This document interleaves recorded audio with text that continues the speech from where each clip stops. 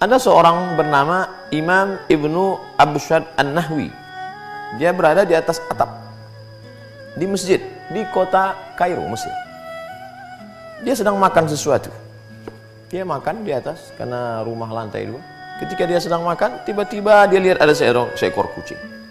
Lalu dia lemparkan segenggam makanan pada kucing itu. Kucing. Dia sedang makan di atas, ada kucing, dia berikan.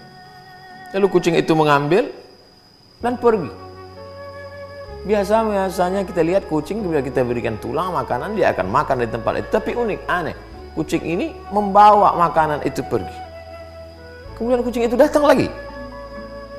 Maka Ibnu Abshad An-Nahwi beserta ada beberapa sahabatnya melemparkan lagi makanan, dan kucing itu kembali melakukan yang sama. Dia ambil makanan, pergi. Peristiwa terjadi tidak hanya sekali tapi beberapa kali. Lalu kemudian apa yang terjadi? Tidak mungkin seekor kucing kecil makan banyak sekali. Dari tadi kita lempar makanan, dia pergi. Apa yang terjadi sebenarnya? Maka mereka mulai ragu, ini ada apa dengan kucing ini? Ini kucing aneh ini. Apa yang terjadi ini? Ternyata mereka ikuti apa yang terjadi. Kucing ini memanjat dinding atap masjid, dari tepi masjid. Lalu kemudian turun ke tempat kosong. Di balik-balik reruntuhan, bongkahan-bongkahan batu, di sana ada seekor kucing, buta. Matanya tidak bisa melihat, tidak bisa mencari makan. Lalu kemudian kucing tadi membawa makanan yang dia terima dari lemparan orang-orang beriman tadi. Lalu kemudian dia hantarkan, dia berikan. Dan itu dilihat mereka dengan mata kepala mereka sendiri. Diabadikan dalam kitab Wafayat Al-A'yan juz 2 halaman 516. Malu kita membaca kisah ini.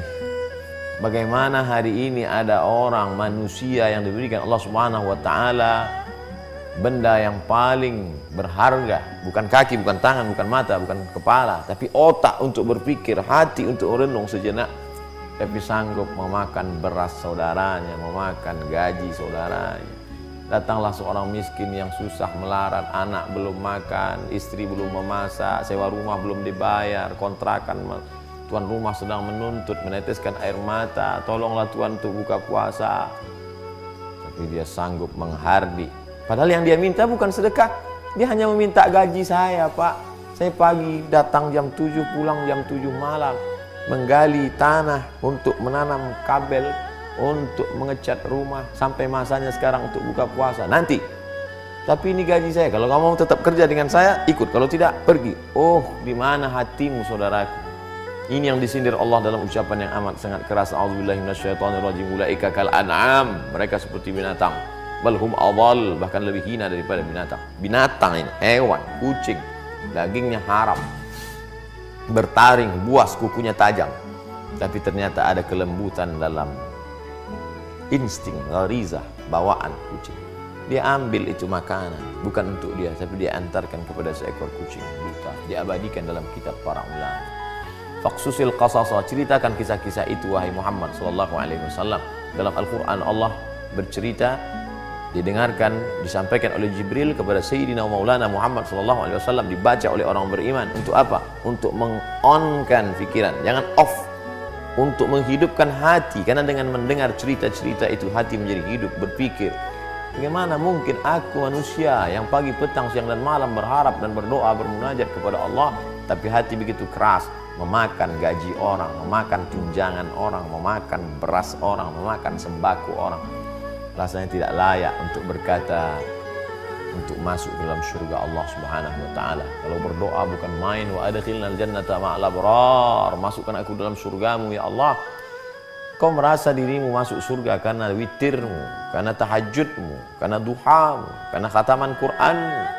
Tapi ternyata hatimu keras, tidak mau menolong saudaramu. Ada orang yang sanggup demikian. Kita tidak mencari-cari kesalahan orang lain. Kita kesempatan penuh barakah, sejenak doa-doa terkabul, munajat-munajat didengarkan Allah SWT. Saat ini kita sedang merenung sejenak, apa yang terjadi dengan diri kita? Masih pedulikah kita pada tetangga kita? Wajaruhu ila jambihi ja'i'un, tetangga di sebelah rumahnya mengerang kelaparan, tapi dia masih sempat berpikir bagaimana dengan semua serba baru, mengikuti high style, mengikuti gaya, tapi sementara hati yang keras itu dibalut dengan wa yahsabuna annakum yuhsinuna sun'a. Mereka menyangka sedang berbuat baik, padahal sebenarnya kita jauh dari kebaikan. Mari merenung sejenak dari kisah seekor kucing. Mudah-mudahan kisah kucing yang membuka hati lebih baik daripada bercerita tentang kehebatan ibadah tapi justru menutup pintu hati. Allah Ta'ala memberkahi kita, memberikan segala kebaikan, meridai, sukses selalu dunia akhirat. Terima kasih. Assalamualaikum warahmatullahi wabarakatuh.